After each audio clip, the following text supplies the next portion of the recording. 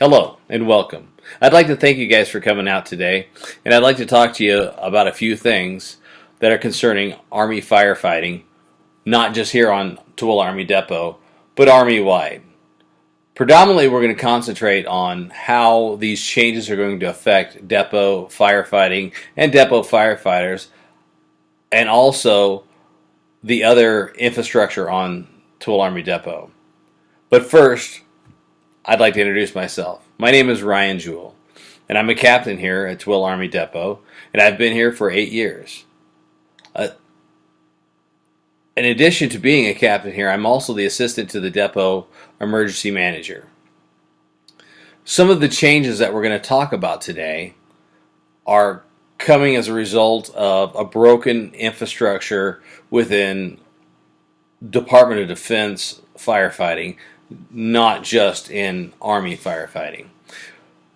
In nature, our jobs are not that dissimilar to what a city fire department does or an industrial fire department does. We control, mitigate emergency situations. We come when you call 911. That's not going to change. But the methods that we use and how our structure is formed are going to change. Recently, we've had a change of command within the Army, and we have a new Axiom commander. The new Axiom commander has taken a special interest in how fire protection is taken care of on all of his bases. Now, the Axiom commander is in charge of each and every single installation within the continental United States, to include Alaska and Hawaii. There are several different commands within his reign. What we're going to concentrate predominantly on are the AMC, Army Material Command, and JMC, Joint Munitions Command, bases.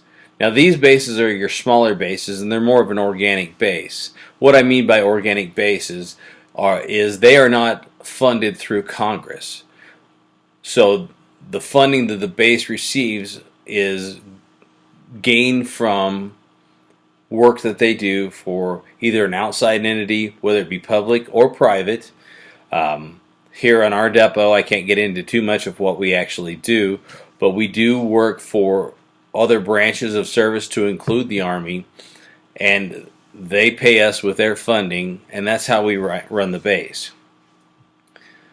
Some of the problems that have occurred with this organic structure are many of the infrastructures that you would expect to see on a base have kind of gone downhill because they are not a producer. So, for example, the fire department does not bring any money into the depot to increase their revenue. We, for lack of a better term, cost money. Now, fortunately for firefighters such as myself, we are a necessary evil. Because it is a federal installation and because of the nature of what we do, there has to be a fire department 24/7. We have to have medical response 24/7. And that's where we come into the picture. What has happened a lot in the past is many of these fire departments on the organic side have kind of been let to dwindle. And what I mean by dwindle is staffing is been overlooked, or we will not replace firefighters immediately, and the fire department will go understaffed for years at a time, sometimes in many installations. With this new Axiom commander, he has taken notice of that, and he has read some of the reports that have been sent up from not only our depot, but the other depots around the nation. He has taken special interest to make sure that this does not happen. Some of the reasons that this recognition is happening now is due to unfortunate accidents where individuals have gotten hurt and there hasn't been a timely response due to manning issues from the fire department and emergency services. These changes coming down are going to affect the way that our depot operates. So it's not just a matter of, oh, hire more firefighters, here they are. It has to do with budgeting, funding, and a whole other slew of things. As we all know, with changes, many people are resistant to change. So taking, for example, our little depot here. Our little depot is nestled out in the west of Salt Lake City in a small community. Many of the people that work on the depot work here because their mom and or dad and or grandparents also worked here. It's kind of a family thing. The nature of our depot doesn't include a whole lot of military. What we end up fighting against here is a lot of, well, we've always done it this way, or that's just the way things are here, or regulations don't apply here because we've always done it in this sense and we've gotten by and nobody's ever said anything. Those days are changing. Thankfully, the Axiom commander has had the foresight to look into this and is slowly easing in these changes on these organic bases and also on the larger bases, because they fight some of the same battles that we do when it comes to staffing and change. However, in our limited resource in our small little depot here, these changes are a lot more taxing to our revenue than they would be in a large base, say Joint Base Lewis McChord. The larger bases, as I said earlier, get their funding from congressional allotments, and our funding all comes from work we do for these other larger installations. Getting to separate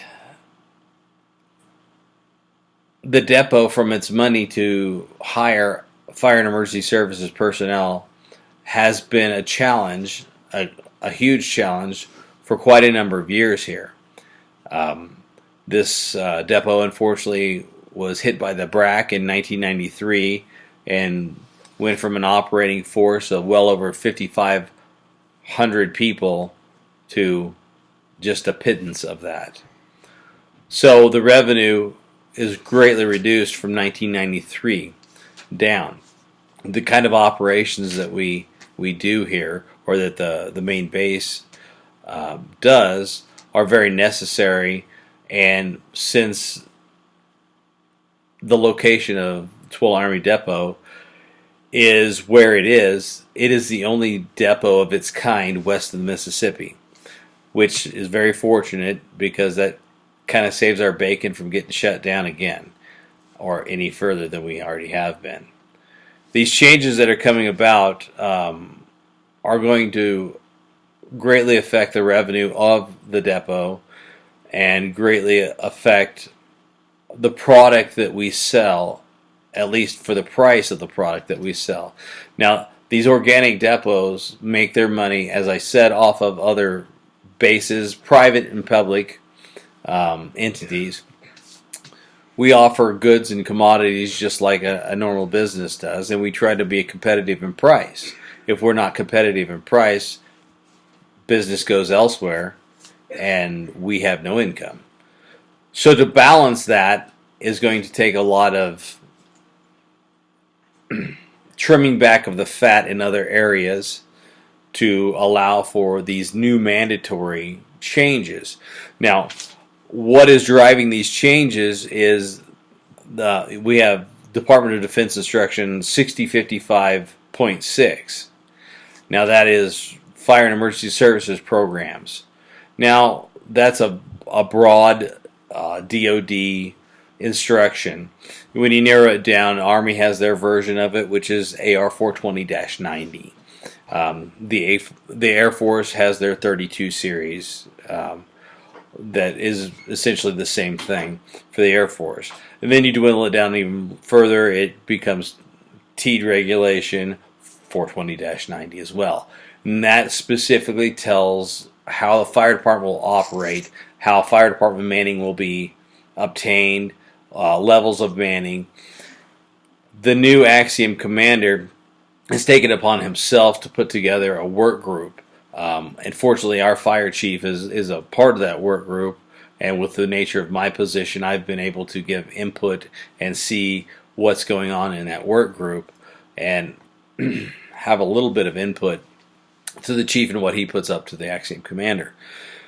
The AR 420 and the DoD 6055-6 or .6 is going away, is changing, and that within that is our manning document that tells base commanders and bases how many firefighters they have to have, what level of services they have to provide, and a whole slew of other things that we on how the fire department operates. To implement these changes, the Axiom commander has put it down to the fire chiefs to convey on up to through base commands how these changes are going to be implemented and how they're going to affect the base, and essentially the bottom line, which is what everybody is concerned about, the overall dollar that is spent. Fire protection is not a cheap asset to have. It is actually a costly operation to maintain. However, in the larger scheme of things, we don't cost as much as it does to run the operations down in the area, is that the operations are run in the different sections and divisions. In the same note, security and police are funded the same way as the fire department is. However, their manning is decided on a local level, where our manning is decided on a matrix. Once again, as I said, this is all changing, and how this is going to affect the Army whole is by the number of firefighters allotted to each base. So currently, we are operating at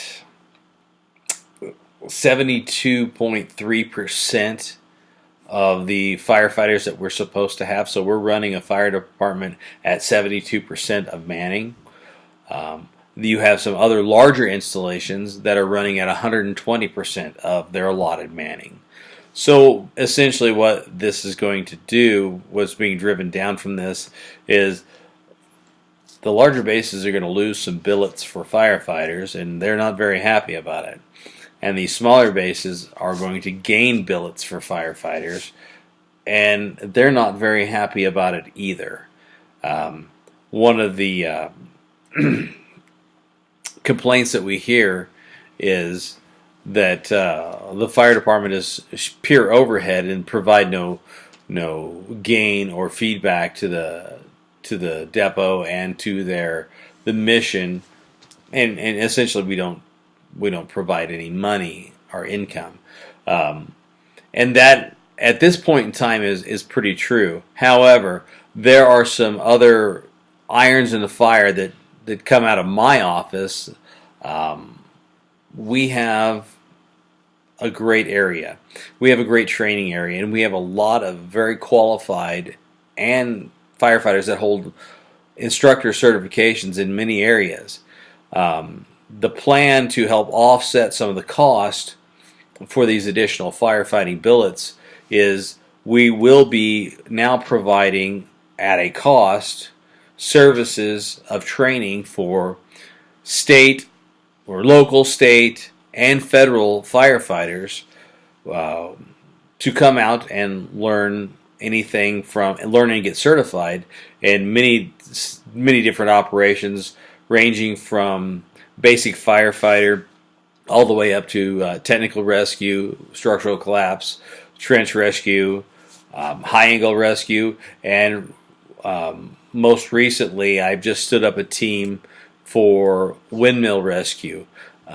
These are all services that we will be providing to help offset the cost. Now the depot is still going to bear the brunt of the cost for funding these additional billets.